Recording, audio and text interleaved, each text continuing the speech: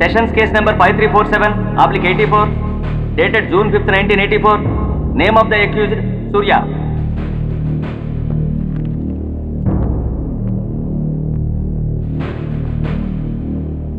Proceed. Your honour, ఈ నేరస్తుడిని కఠినంగా శిక్షించండి అని వాదించడానికి కూడా ఒక్క నిమిషం ఆగి అతని వయసును సమీక్షించుకోవాల్సినంత చిన్న వయసులో ఇతను 2 హత్యలు చేశాడంటే మన న్యాయ వ్యవస్థ మొత్తం ఒక్కసారి మళ్ళీ ఆలోచించుకోవాల్సిన పరిస్థితి ఏర్పడింది.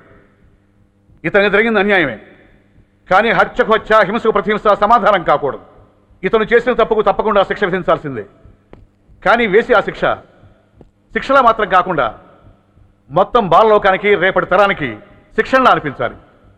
It's my sincere request. That's all your honour. బాబు, నువ్వు చెప్పుకోవాల్సింది ఏమైనా ఉందా? ఆ హత్యకు సంబంధించిన అన్ని వివరాలు మాకు తెలిసిన ఎక్స్ మినిస్టర్ ఈ ఊళ్ళో పవర్ఫుల్ పర్సన్ అయిన చౌడప్పకి అగెనిస్ట్గా సాక్ష్యం చెప్పడానికి ఎవరూ ముందుకు రాకపోయేసరికి కేసు క్లోజ్ చేయాల్సి వచ్చింది. మీలాంటి ధైర్యవంతులు ఊరికి ఒక్కరుంటే చాలు, మా డిపార్ట్మెంట్కి ఎంతో హెల్ప్ అవుతుంది. దేశం కోసం ప్రాణాలు ఇవ్వడానికి సిద్ధపడ్డ సైనికుడిని నేను. మేం కాపాడుతున్న దేశంలో ఇలాంటి కిరాతులు ఉండటానికి వీల్లేదు. ఇదిగోండి కంప్లైంట్, వెంటనే కేసు బుక్ చేయండి. మీరు ఎప్పుడు రమ్మంటే అప్పుడు నేను కోర్టుకు రావడానికి సిద్ధం. Thank you, I appreciate your spirit. Thank you. అవసరమైనప్పుడు కబురు పెడతాను, మీరు తప్పకుండా రావాలి. ష్యూర్.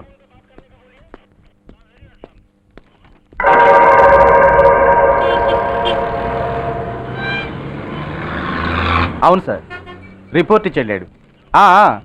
అడ్రస్ తెలుసు సార్, మిలిటరీలో పనిచేస్తాడట, లీవ్ మీద ఇంటికి వచ్చాడు. వాడి సంగతి మేము చూసుకుంటాం సార్, మీరేం వరి అవ్వకండి. అరే, ఈ మాత్రం దానికి మీరెందుకు సార్, మేమెందుకున్నాం? తెల్లారేసరికి వాడు ఎన్కౌంటర్ అయిపోతాడు, సరేనా? ఓకే సార్, ఉంటారు సార్, నమస్తే.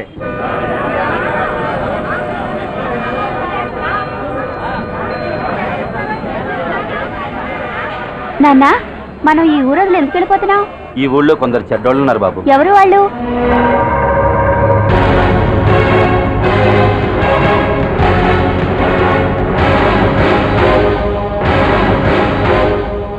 జై జవాన్.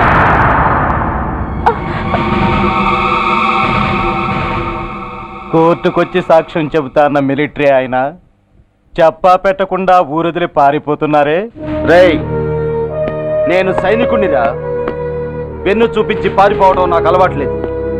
కాకి బట్టలు తొడుక్కొని అలాంటి లుచ్చాల దగ్గర బాకీ పనిచేసే ఇలాంటి వాళ్ళ పని పట్టడానికి మళ్ళీ తప్పకుండా తిరిగి వస్తాను రా. అంత లేదమ్మా, అసలు నువ్వు ఇక్కడి నుంచి వెళితే కదా తిరిగి రావటానికి. తమ్ముంటే ఆపండి రా. చా రండ్రా.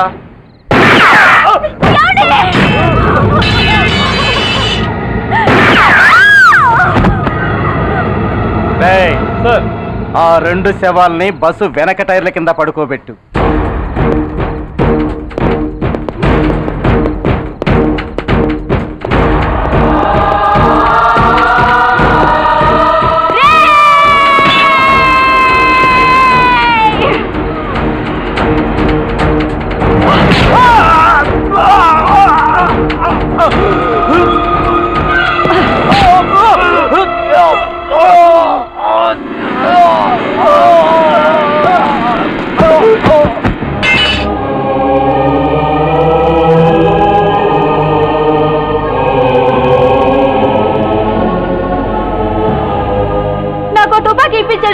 ఇక్కడున్న పోలీసులందరినీ చంపేస్తారు సార్. వాళ్ళు మంచి వాళ్ళు కాదు సార్.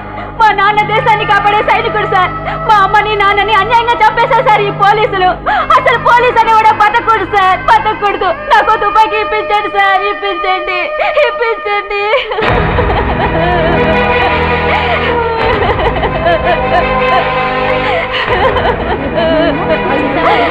Order, order.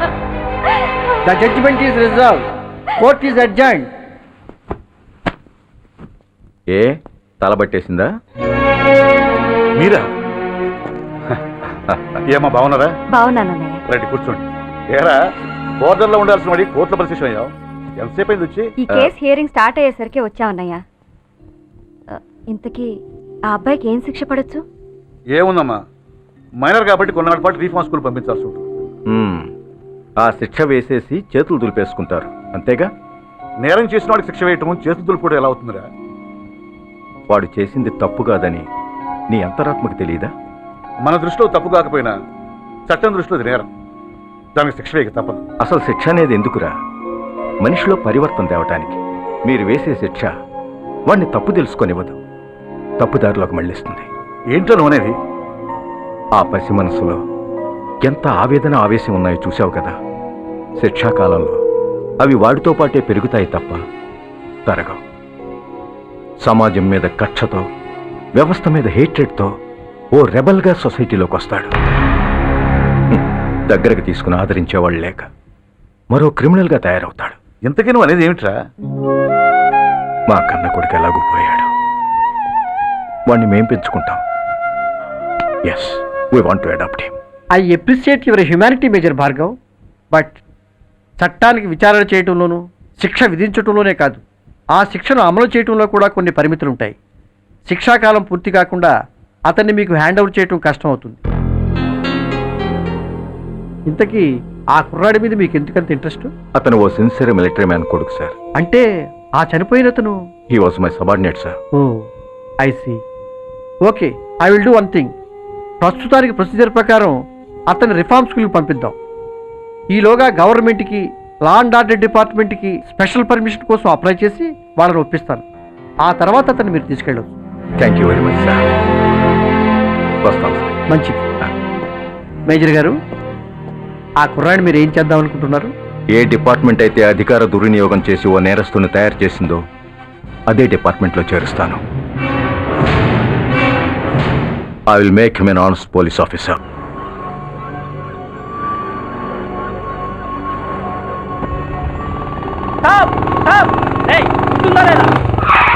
నిన్నేరా ఏంటి అలా చూస్తున్నావు?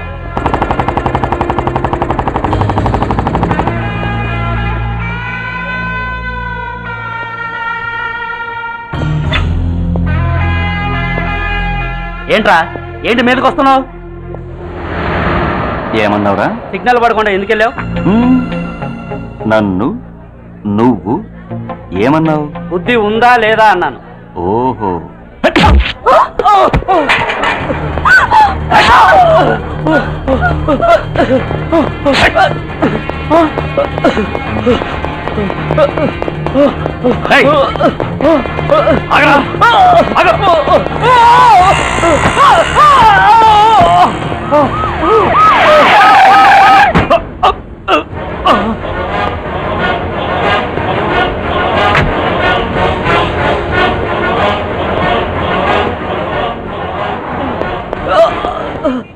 అతని హాస్పిటల్కి తీసుకెళ్ళండి. Drop the knife. కత్తి కింద పడై.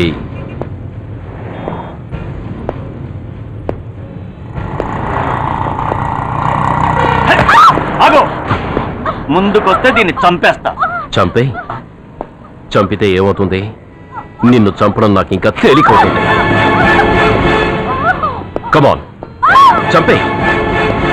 ఆలోచిస్తావే కిల్లర్?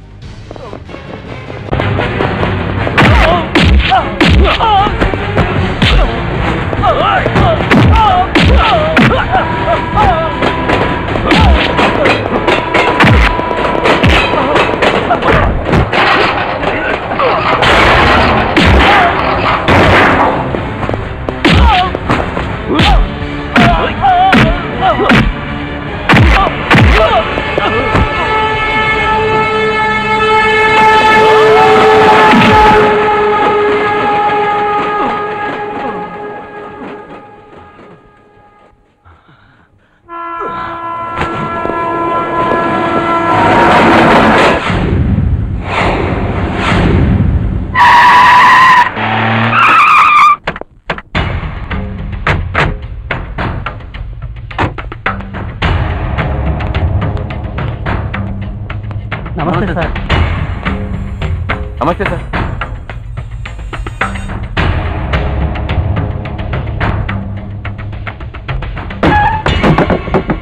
నేనెవరిని? మీరు అదే నేనెవరిని? మినిస్టర్ అప్పలనాయుడు గారు సార్. మరి వాడేవాడు? మీ అబ్బాయి గారు సార్. అంటే అది తెలిసే వాడిని లోపలేసావా? ఎఫ్ఐఆర్ ఎక్కడ్రా?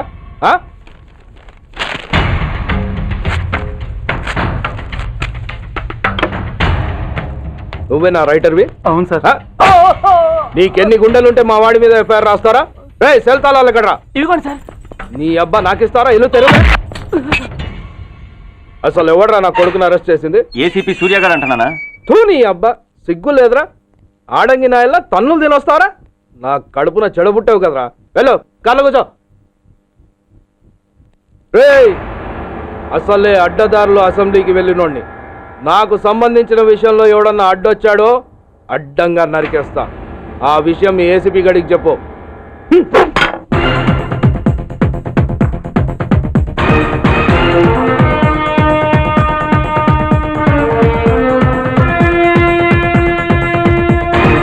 ఒక్కడు చాలు ఒక్కడు చాలు ఒక్కడు చాలు ఒక్కడు చాలు ఒక్కడు చాలు ఒక్కడు చాలు ఒక్కడు చాలు ఒక్కడు చాలు ఒక్కడు చాలు ఒక్కడు చాలు ఒక్కడు చాలు ఒక్కడు చాలు దేశమాత నుదుటి గీత మార్చేందుకు ఒక్కడు చాలు తిరుగులేని కొత్త రాత రాసేందుకు ఒక్కడు చాలు ఒక్కడు చాలు ఒక్కడు చాలు ఒక్కడు ఒక్కడు ఒక్కడు చాలు ఒక్కడు చాలు ఒక్కడు చాలు నూతనంగా ఉప్పొంగే ఈ చరితం పోతనన్న రాయలేని భాగవతం విశ్వమంతా విస్తుపోయి భరత జాతి వంక చూడ బలవంత